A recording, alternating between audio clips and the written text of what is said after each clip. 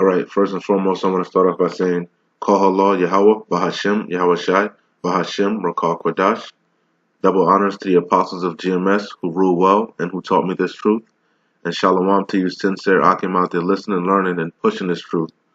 And I'm going to jump straight into this video. Lord willing, it's edifying, and I shouldn't be too long, all right?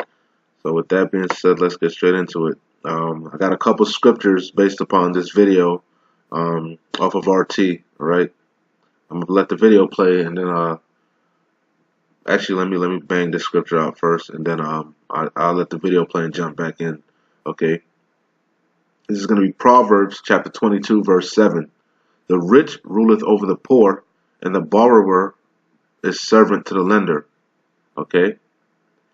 And that basically, you know, after with the Federal Reserve, once they implemented the Federal Reserve, everyone became the poor.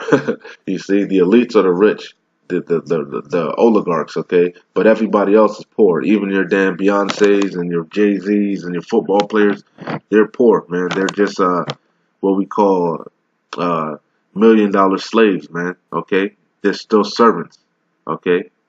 The elites are the ones who control and rule everything. They print money out of thin air, okay? They control the government. They control everything. They control your food. They control everything. They control your water. They control your electricity. They control your cable, your internet. That's who we're talking about. Job 9:24 tells you the earth is given into the hands of the wicked. That's what we're talking about. The Rothschilds, the Gettys, the DuPonts, okay? The ones that that rule, okay? So Proverbs 22:7. The rich ruleth over the poor, and the borrower, if I said that right, it's a lock of that word, I always stumble over it. The borrower is servant to the lender, all right? So that pretty much breaks itself down, man, okay? But like I said, this is off of RT. This is a recession looms as subprime borrowers default loans. And I just brought out in Proverbs, right? The rich ruleth over the poor, and the borrower, however you say that word, is servant to the lender. And this is from today's the 14th, February 14th, 2019. This is from February 13th, 2019, from yesterday, okay? So I'm gonna let the video play, and then I'm gonna pretty much let the whole video play probably. And because they're dropping heavy points, pay attention to what they're saying, man. A lot of good facts are being brought out. I probably won't interject because, you know, it's already 7 minutes long. And then I'll just bang the scriptures out, you know. This stuff, like I said, I do my videos for the hopeful elect, and I know you brothers know what's up, you know. But this is just, you know, me, you know, we're supposed to be watchmen, you know. And we can see, like I said, that we in them times, man. The doors of mercy are closing, man. The grinding is going to be, you know, brought low real soon, man. Okay, we in them times. Photos of RT America in our nation's capital. Hello again, everybody. I'm Rick Sanchez. We begin tonight with a new report released by the Federal Reserve Bank of New York, which says that more than... The Federal Reserve, speaking of them, that's who I'm talking about, the elites. So they letting you know what's up, man. Okay? They letting you know. 7 million Americans cannot pay off their Bank of New York, which says that more than 7 million Americans cannot pay off their car loans. They are delinquent, which means they are behind on their payments by at least 90 days, 3 months. This is a surprising revelation. And you probably are asking, how can that... And I'm going to say this, right? If you behind in your car payments 90 days, that 7 million Americans are behind. If you behind, you ain't got the money, first of all, to pay it, obviously, right? So when they do repossess your car, and because that's happened to me in the past, man, that's a fucked up feeling, man. That's why this man's the fucking devil, man. But you make your payments, you fall behind. You wake up one day, your car's gone, man. The first thing you're going to do, you're going to call, you know what I'm saying, probably think it's stolen, whatnot, find out that it's repoed. Then you're going to have to go down to the whoever repoed it, the lot. You're going to have to pay, first of all, you're going to have to get caught back up to get your car back. You're going to have to make whatever, he said if the Americans are 3 months behind, you're going to have to make them 3 months payments, which you probably don't have, obviously, because you would have been paying it. And then on top of that, on top of the 3 months, you're going to have to pay the impound fees, however long the car's been there. You see? So that bill winds up being high as hell. So most people just lose the car, man. And a lot of times they do that shit, and you only have a couple payments left, man. I know personally when that happened to me, I only had maybe like 3, 4 more payments, man, if that. But when I went to go get the car back, the cost was so high to get it back. I was like, man, fuck that shit. This man is a devil because of the usury, the interest. But I was just throwing that out there, man. It's gonna be crazy out here, man. Jacob's trouble ain't no joke, man. It's gonna affect everybody, everybody, everyone. Be right, especially considering all the reports that we've been getting. This economy is booming, right? And the labor market way up, according to. And it's not booming. That's why they have the slogan called "Make America Great Again," because it's not booming. The economy is shit. Like they're gonna go into. I didn't even want to interrupt them, but you know how the spirit is. But they were going into the little depression that we had, the little recession we had in 2008, 2000, what was it? 2008, I believe it was. We had a little recession, and a lot of people were unemployed. I know, me personally, I had got laid off during that. I had a good job, making good money, and I was laid off.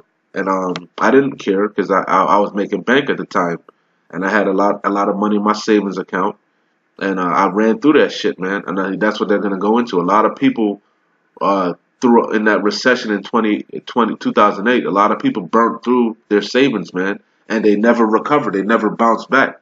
The cost of living is going up. The pay is going down. A lot of people got to work 2, 3 jobs. Got to have, a main job and a part-time job. They're trying to catch up. That's why the slogan is "Make America Great Again," but it's not going to be made great again. All the reports that we've been seeing. Is this the proverbial canary in the coal mine story? Mainstream economists did not see this coming. And then again, the men of the they Lord also don't talk very much to mainstream economists about something like this. Did you know that debt-wise, in terms of debt, the average American has never really recovered from the 2008 meltdown? That's important. Why? Well, because the Fed, according to critics, printed money out of thin air and kept interest rates at zero. You see, because like I said, the earth is given into the hands of the wicked, man. They just bake shit up, man. They use usury and all type of bullshit. Raise interest rates, low interest rates, no interest rates. They do whatever the hell they want, man. Because it's their system, it's their kingdom. We're all slaves, man. We're all subject to payment, okay? Zero for about 10 years. You're subject to your rent. You're subject to your light bill, your water bill, your insurance, your car payment. Even if you don't have a car payment, you're gonna have to catch the bus, whatever, the train. You're subject to payments, man. Okay, there's no way around it. The bills don't stop. The bills keep coming. Okay, and the only ones that are truly benefiting are the elites, man. You're living paycheck to paycheck. You're just getting by. You think because you have a little nice car over there, you ain't got shit, man. Because at the end of the day, they'll come and repo it. Even your house. Even if your house is paid off, you still have to pay property taxes. And guess what? If you don't pay those property taxes, they're gonna repo that house, man. So you don't own nothing here. You own not a goddamn thing. As long as you're alive, you will always be making payments, man. The scripture says so. Who are you making payments to? To the elites. The Rothschilds. They don't make payments. Okay? They own everything. You don't even see these people. Okay? For 10 years is not according to critics. That's a fact. So what did Americans do? They pulled out the old credit card and they started borrowing, and they started borrowing, and they started borrowing out of thin air and kept it. Why? Well, the average American has never really recovered from the 2008 meltdown. That's important. Why? Well, because the Fed, according to critics, printed money out of thin air and kept interest rates at zero for about 10 years. Interest rates is usury. So for about 10 years, that's what, because we're in Florida, we had a big housing boom, right? Even in Texas, a lot of these places, a lot of people came from up north. Not to give my business away, but I was an electrician, right? That's what I did. I wired up houses. So shit was booming back then, man. And a lot of people would come from up north because you're making more money up north, buy 2, 3 houses, man. 2, 3 houses and sit on them, sit on a subdivision and try to flip that. It was called flipping houses, man. Okay, and they were making a killing, but those people really couldn't afford it. They were subprime borrowers. I hate that word, subprime. The people, which they're going to go into it. Most people are subprime borrowers. You go to the bank and you can't really afford that car. You can't really afford that house. But the bank don't give a fuck because they know you're gonna pay it for 2, 3 years, or the house you're gonna pay for 12 years, and they're gonna repo it and they're gonna flip it and sell it again and get some other sucker and keep doing it. It's a scheme. It's a scam. They don't really want you to pay nothing off. That's why as soon as you pay your car off, you keep getting shit in the mail to sell it because they want to get you in another loan. They need you in these loans, man. They need you subject to payments. That's why you can't live off the grid, man. That's why it's illegal to live off the grid. They want you in that system. They want you in that beast system, man. And you know what I'm saying? But like I said, most people are subprime borrowers, man. And even if you can't afford that car, I'm gonna wake you up. You're still a subprime borrower. Why? Because you could lose your job tomorrow, and then what? Then you got to look for another job. And what if you can't find a job making the same amount you was making before? You might have to take a pay cut. Then you can't afford that car payment. You see? And the bills don't stop. We're all slaves, man. We're all on this on this hamster wheel. The part about zero for 10 years is not according to critics. That's a fact. So what did Americans do? They pulled out the old credit card and they started borrowing, and they started borrowing, and they started borrowing over the last 10 years. So much so that we've now amassed $15.2 trillion in household debt. So yes, the economy has gotten better, but we haven't paid down much of what we've borrowed. In fact, we've actually borrowed more. Why? We had no incentive to pay it down. Why? Because the Fed kept interest rates pushed down so low, and by keeping them there, it actually encouraged most Americans to go out and get more stuff. Most people keeping up with the Joneses, man. You want the latest iPhone. That they keep getting you, man. You people fall for the shit all the time, man. The iPhone 20, 20X. Oh, I gotta get the new iPhone. Ain't nothing different about it. But you drop $800. I don't even know how much that shit is. $800 here, there, every couple months, living above your means, man. You know, to keep up with the Joneses. You know.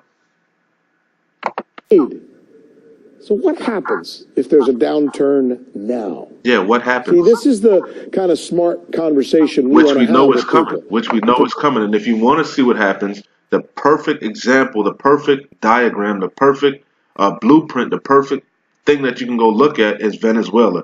That's what's going to happen. The perfect. They were doing good, man, living high off the hog. Okay, the women are selling their damn hair, man. And you so-called black women, you don't have no hair to sell. So you really going to be in a dire case, man. But, you know, the Northern Kingdom, them women are selling their hair to cross the border to go to Colombia to buy goods, man. To buy toilet paper. To buy simple necessities. They ain't worried about no iPhones and no this and no that. And if you, like I always say, we in them times, man. You look at Haiti, man. They in uproar. The nation, the around the world, people are mad, man. They're oppressed. Okay, you can only oppress a people for so long before they push back. And like I said, the elites want the pushback anyway, because they want that war. They profit. When blood is in the streets, they profit. They want this war. They want the race war. And ultimately, Yahweh Bashem Yahweh Shai wants this race war. He wants your cars to be repoed. He wants the grinding to cease. He wants you to lament for the teeth. Okay, he wants that. Then you'll remember him. Then you'll remember your power. Okay? Then you'll turn back. But it'll be too late then. You know, it's going to be too late. But we drastically approaching them times, man. Projections are worrisome. And we're going to drill down on this phenomenon. Look at GM. GM, I think GM in the news, GM is supposed to be laying off, I think, like 7,000 employees. Man, we in them times, man. We in them times. Who kind of saw this coming. That's here on the News with Rick Sanchez, where we believe in looking at what got us to where we are, because it is time to do news again. Okay, let's get started with 3 important points that I need to share with you regarding what I just told you about this report that 7 million Americans can't pay their car loans. 1, most of the people who can't pay their car loans, they're either under the age of 30 or they are subprime borrowers. Does that sound familiar? Subprime borrowers. That means they kind of didn't have the credit to buy whatever it is they were sold. Here's another important point. The report reflects the last quarter of 2018, so it's the last part of last year when we suddenly learned about this.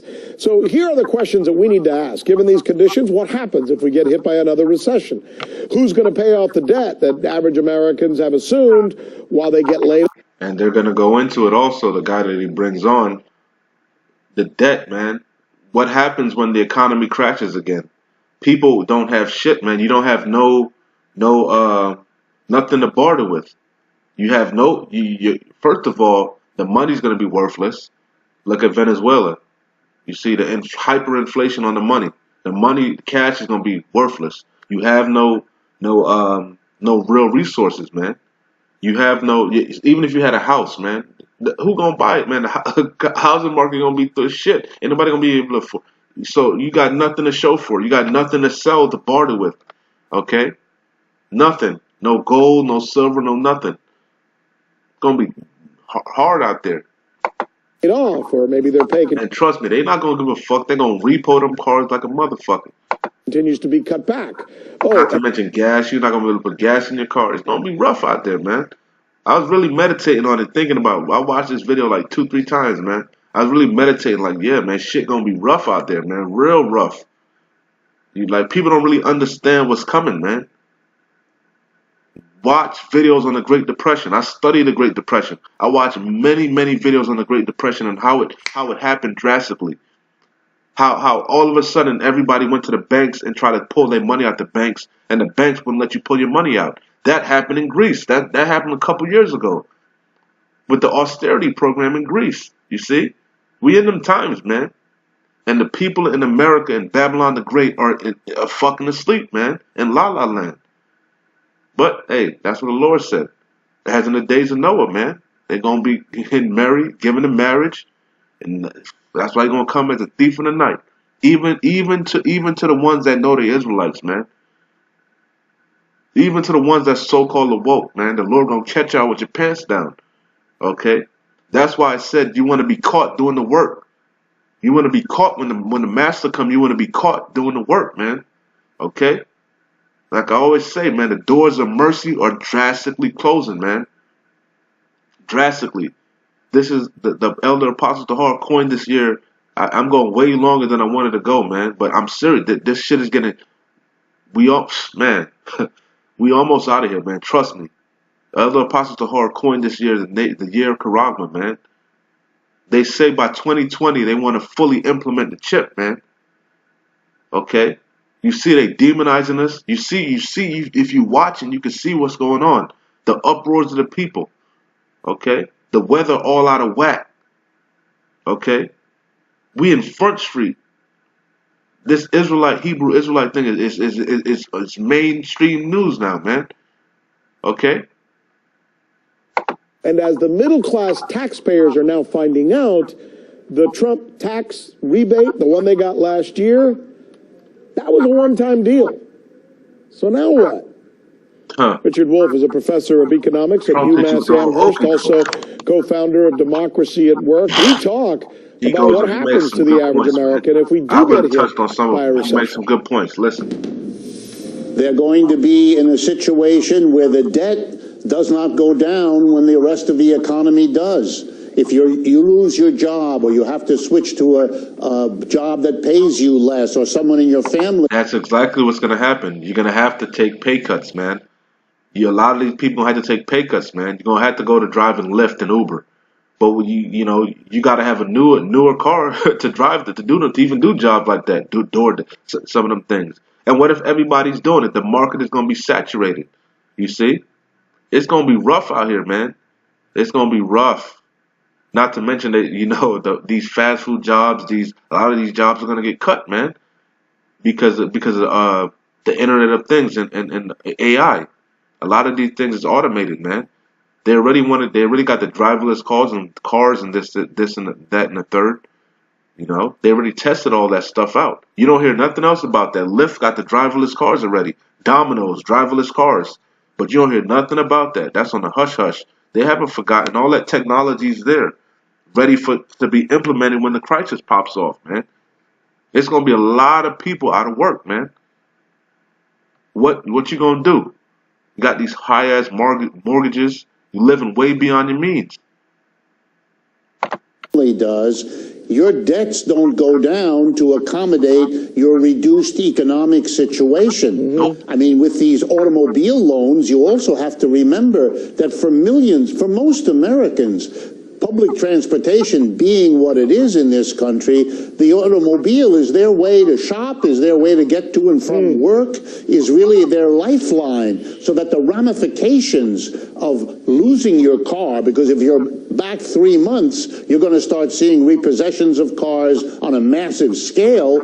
You're going to see a kind of a mushroom effect, a snowball effect, in which the bad economic downturn gets worse and worse almost of its own accord, because you've set this process in motion.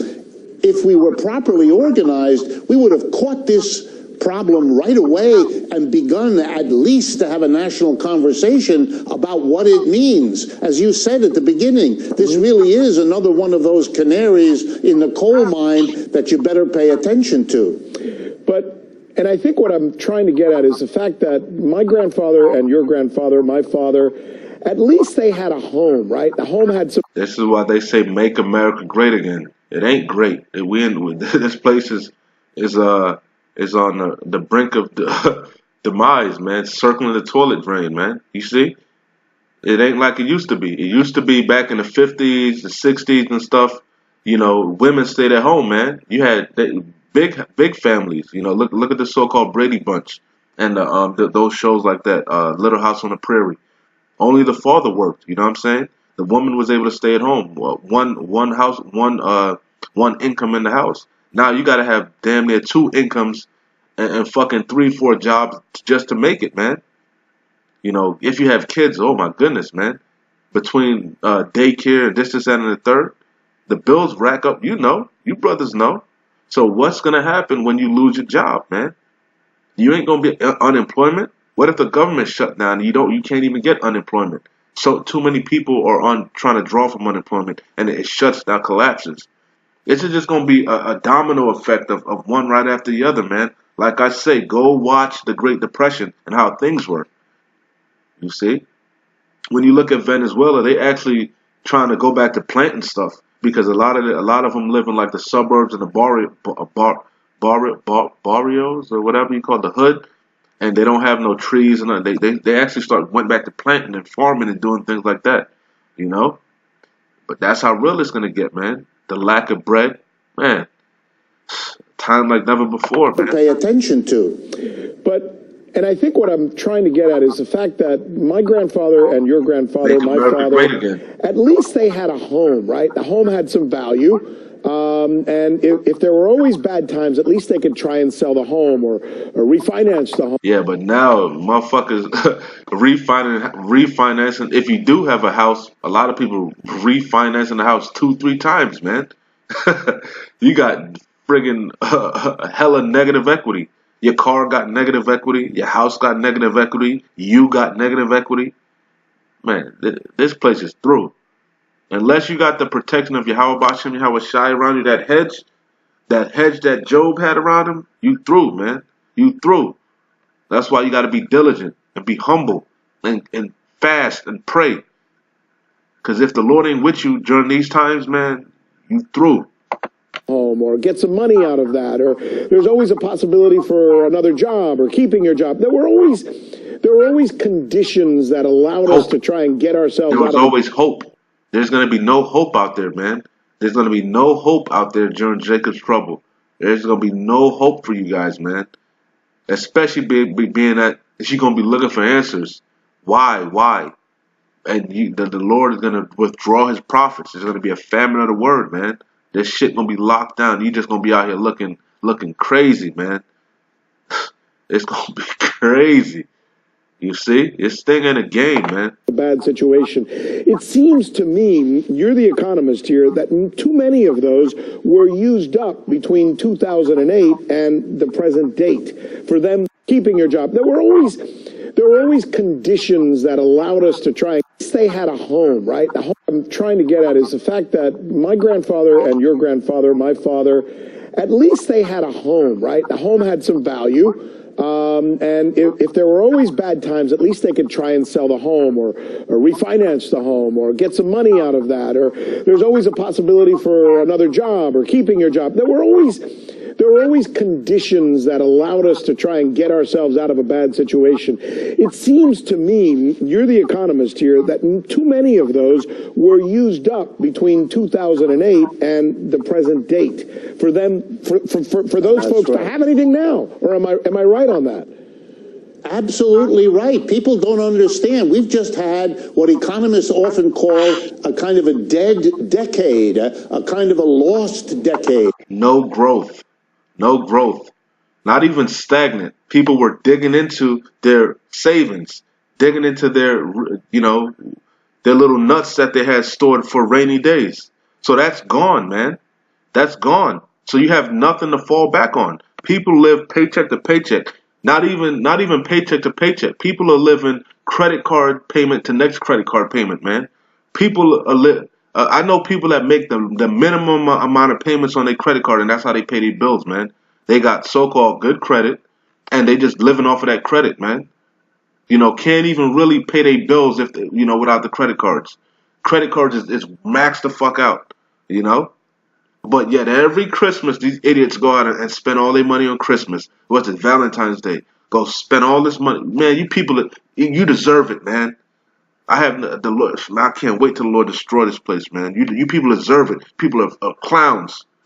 We had millions of people unemployed for long periods of time. Well, when that happens, the first thing you do is you use up whatever savings you might have accumulated. The next thing you do is you lean on your family, your friends, your relatives, and you begin to disaccumulate whatever savings they have. And then at the end of that period, when you're getting desperate because nobody is left to help you, then you sell your house, or if you can, you borrow more against your house. Americans have been doing a lot of that. And then you come to the point where you can't anymore, and so you're willing to take a job, but the job you take now is less well paid, fewer benefits, more insecure, Reality. and now you come to a... Reality sets in. Reality sets in. You get snapped out of this matrix. You realize, oh shit is real. Okay? And like I said, reality's gonna set in and y'all gonna take that chip, man. When your back is against the wall and all hope is lost, that's when Esau is going to make that chip mandatory. And y'all going to take that damn chip. I already see it. Y'all going to take that chip because you got no faith. You got no faith in Yahweh Shem Yahweh Shai. Because if you had faith, you would have been building your faith up now. Now is the time to build your faith up. So that way in them times, the Lord is with you, man. All right? Anyway, you guys get the idea, man. Let me bang these scriptures out and I'll shut it down. Like I said, Proverbs 22:7. The rich ruleth over the poor, and the borrower, however you say that word, is servant to the lender. Okay? This Habakkuk, I'm getting straight to the point, man. This whole chapter is good. Read everything, man. Read all these chapters, man. I'm just hitting the points and shut it down. Habakkuk 2:6. Shall not all these take up a parable against him, and a taunting proverb against him, and say, Woe to him that increaseth that which is not his. How long? And to him that ladeth himself with thick clay. Shall they not rise up suddenly that shall bite thee, and awake that shall vex thee, and thou shalt be for booties unto them. Okay? But the main point, like I said, is that thick clay, man. I got clay. That's a batya, I believe it is. A batya. Strong's H, 5671, Avteet. Avteet. I think in the Hebrews, batya is clay. But anyway, thick clay, weights of pledges, heavy debts, something pledged, pawn, goods, okay? And like I said, we have nothing really but that thick clay, man. Americans are just laden with this thick clay. Why? Because that's how they set up. It's set up with usury. This place is established by usury, man. The oligarchs have set this place up, and they run this place with nothing but usury. Okay. Therefore, everyone is subject to payments. Okay. But like I said, shall they not rise up suddenly against thee, you damn devils? Okay. Okay. But anyway, this is Ecclesiastes 12:1. It says, "Remember now thy Creator in the days of thy youth," and that's what I'm trying to tell you, man. Now is the time to get right. Remember Yahweh Bashem Yahweh Shai, man. Remember, read the scriptures, study, fast, pray. You know, sincerely, man. Now is the time. Remember now, Ecclesiastes 12:1. Remember now thy Creator in the days of thy youth, while the evil days come not. What's evil? Bad times. Jacob's trouble, man. Before the grinding is ceased, before this economy crashes, before the draft is implemented, the Third World War, okay? The race wars, the famine, pestilence, the diseases, before all this happens, while you have the liberty to do whatever the fuck you want to do and you just up and down and just free to do whatever you want to do, now is the time to remember Yahweh Bashem Yahweh Shai, okay? Ask for mercy. Pray. Okay? Remember now thy Creator in the days of thy youth, while the evil days come not, nor the years draw nigh, when thou shalt say, I have no pleasure in them. While the sun or the light or the moon or the stars be not darkened, nor the clouds return after the rain. And that's talking about when the missiles come, man. Before that. Okay? Because that's going to be too late. Once you see the missiles in the sky, man, that's it. Okay? The elect been sealed. Okay?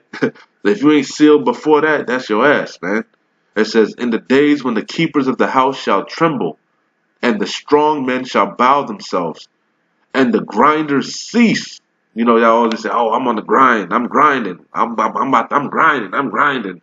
Yeah, the grinding is going to cease, man. You're going to be mass layoffs, man. Okay? In the days when the keeper, Ecclesiastes 12:3, in the days when the keepers of the house shall tremble, and the strong men shall bow themselves. So all you tough guys, man, we're going to see what you're really made of.